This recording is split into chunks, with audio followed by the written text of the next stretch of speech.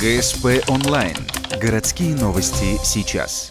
На днях завершился второй этап юниорского гран-при по фигурному катанию. Соревнование прошло в городе Рига. Участие приняло 27 стран.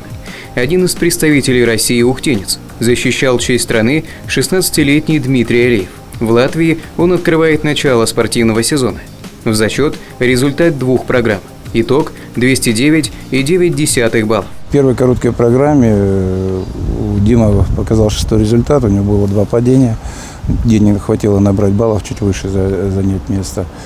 Вот. А в произвольной программе он откатал очень отлично, прыгнул 4,2 и, набрав ноги за счет этого больше очков, и стал победителем.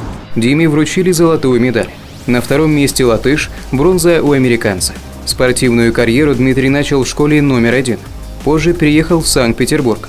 Теперь он тренируется в Академии фигурного катания. Домой Дмитрий приедет не скоро.